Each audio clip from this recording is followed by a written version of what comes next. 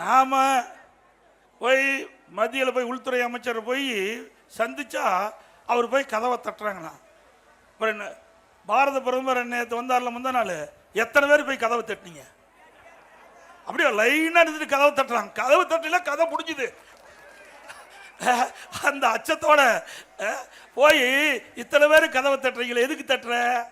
நாங்கள் முறையாக போய் உள்துறை மந்திரியை நாங்கள் சந்தித்து தமிழ்நாடு ஒரு பிரச்சனை சொல்கிறோம், அவர்களும் சில பிரச்சனை தீர்த்து வச்சாங்க.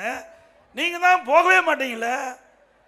இன்னைக்கு பாரதிய ஜனதானா உங்களுக்கு கசக்குது, ஆனால் ஏதாவது பிரச்சனை வந்துருமோன்னா உடனே ஓடி போய் கதவை தட்டுறீங்க.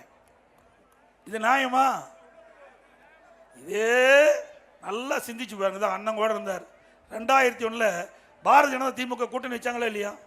ஏன்னா நீங்கள் போட்டிட்டீங்களா இல்லையா? அண்ணனே சாட்சி. அப்போ பாரதிய ஜனதா அதே கட்சி தானே. இன்றைக்கும் பாரதிய ஜனதா தான், வேற பேரில் இருக்குதா? இன்னைக்கும் அண்ணன் பாரதிய ஜனதா கட்சியில் தான் இருக்காரு, அன்னைக்கு அப்படியே தான் இருக்கிறாங்க. ஆனால் அவர்கள்லாம் கூட்டணி வச்சா நல்லது, நாங்கள் கூட்டணி வச்சா மதவாத கட்சி. கேவலமா இல்லை? இது ஒரு ஜனநாயக நாடுங்க.